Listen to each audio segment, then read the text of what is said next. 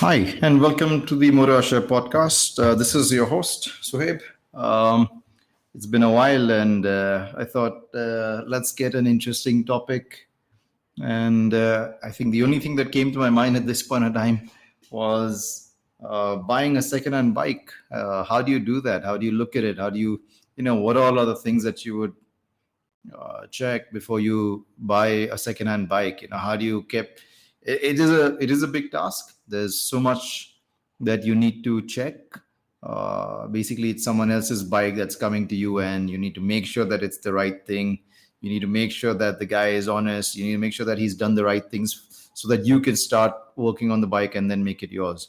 So I mean, interesting topic. It's something that honestly, the coincidentally, actually, the I actually bought my another second-hand motorcycle, and there's so much to it than just going there, then signing those papers and making that payment. So, on this Motor podcast, I'm going to talk about one, my experience about buying a second-hand motorcycle, especially a premium one, and second, how do you go about and what should you be doing? So I'm going to start off with the first few things that are very important uh, before you buy that motorcycle.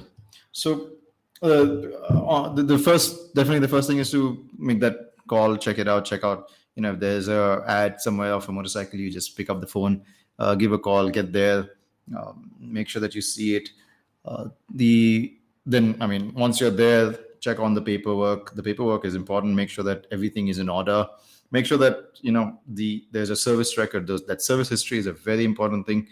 Usually, I mean, even in my case, most motorcyclists would not know exactly what changes have been done and why they've been done. They've just been taken to a service center and brought back. The services have happened, but what is it that you need to know that can go along or that cannot go along? So make sure that you get that history, check it, make sure that it's checked from the dealership as well. Uh, one of one of the things that really gives a lot of it blurs your decision making in such kind of such kind of times is the fact that you have to give it time. Okay, don't. I mean, there's a lot of sellers who will always tell you, "Hey, you need to buy it now because there's somebody coming." So give it your time. Check up. Make sure that you have done all your research. Make sure that you know that that's the right bike that you're buying, the right bike with the right model, with the right parts that are there. So make sure you check out another bike of that. I would check another bike of that and make sure that that don't just go directly and say, yeah, this is the bike that I want and just pick it up. So give yourself time, get to know the bike, get to know the seller. Make sure that you've spoken to him well. Make sure that he knows what he's talking about. Make sure that he's given you the right history. I mean, even the price is a very important thing. There's a lot of people who will actually value it way more than the value of the motorcycle. So check on that. Check on the IDVs. I know it's very unfair sometimes that the IDV must be even 30% or 40% of what people really quote for the motorcycles. So look at that. That's something that I would really look at. There's a very general standard rule it's an unwritten rule that a lot of people say, which is once you buy a motorcycle off the showroom shelf, you immediately lose 30%. And then every year there's 10% that keeps going on. So the pricing is very important. Depreciation value, IDV, very good information and very good things that you can make an assessment to it. Um, Next, make sure that you have a checklist with you. I would definitely keep a checklist with me. This time around, I made sure that I did get a checklist, and I went there and I had a look. There's a couple of things that I would definitely look at. One, make sure that there's got no accidents. Make sure that it is not been raced. How do you figure these things out? Especially for accident damage, I would check. I would definitely take a torch with me and check fork legs. I'll check if there's any scruff marks, if there's any scratches on that. Paint is off.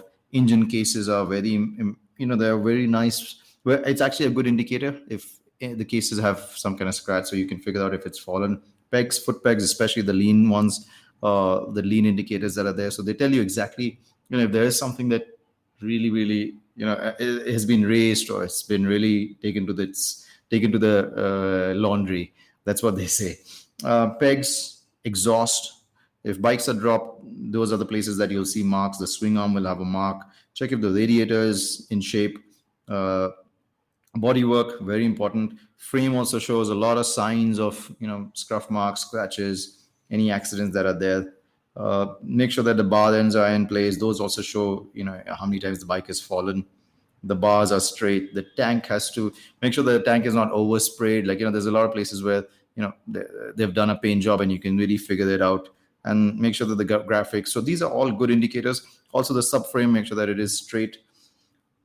Next, I would check on how good the engine is and the electrics are. So I think the most simplest way to do it is to start the bike up. Here for any odd noises. I mean, tappet noises are okay up to a level, but then, odd noises where you start revving and then you start hearing those kind of noises, that's where the problem is. So check those electrics, make sure all the switches are working. One of the indicators that are there is MIL. Most bikes have engine malfunction lights, and those are telltale signs that there's something wrong with the bike. So just be careful. Make sure that those are okay, fine. If the bike doesn't have a voltage indicator, make sure that you carry a meter and check that at idle it's revving at 14 volts. I mean, there are some signs that are there. If it's not, then definitely there's something wrong with the alternator. Check your tires, check the wheels, make sure that the bearings are okay. There's no play. Okay, make sure that the forks are running up. You push it down and up, and it's going well. There's no leaks there. The brakes have to be running fine. Make sure engine is okay.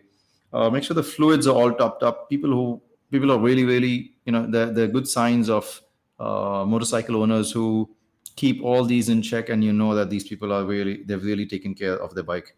The bearings there should be no play. Make sure that the head bearings, the swing arm bearings, as well as the wheel bearings are all in line. They don't have any play. They run smoothly and they're not jammed. Okay. Final drive, of course, check the chains. If it has been lubed properly, they're not worn. I would definitely start the bike again, check if the brakes are working properly. Make sure all the keys are in perfect and they have, one ignition key, one, whatever the keys are required for all the other accessories that have been added to the motorcycle, as well as make sure that it's the original key and it has a spare. Okay. In the end, I think the best way to figure out that you've picked up the right bike, and if it is the right bike with, in a good condition, is to sit on it, make sure that you go for a ride, take it out for a few kilometers, make sure the bike is running straight and true. Make sure that you go through every gear possible and ride carefully to check that the brakes are working.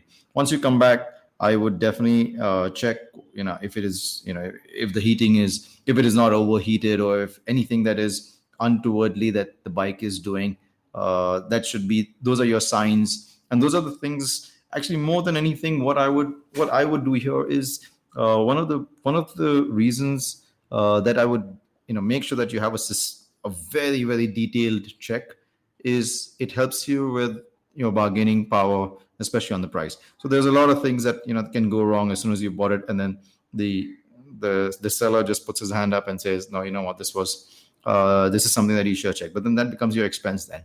So make sure that those are the things that you've sat there, spoke to the seller about, and use it as your negotiating point where you can actually put that cost and say, this is the cost that I have, and these are the things that are there. Most sellers, they are honest sellers, yes, but there are times when sellers will just push it on to the next buyer, and that goes under the table. So make sure that these are the things. That's what I say. So I think one of the most important lessons in buying a secondhand bike is to take your own time. Do not get into that pressure of a seller telling you that there's another buyer coming and he's going to pick it up. I hope I've covered everything. If there's something that I've missed, and if there's any other topic that you think I should be addressing, message us or DM us on our Instagram handles, or send us a message on customer care at Motovasha, and we'd be more than happy to put out another episode. So thanks so much.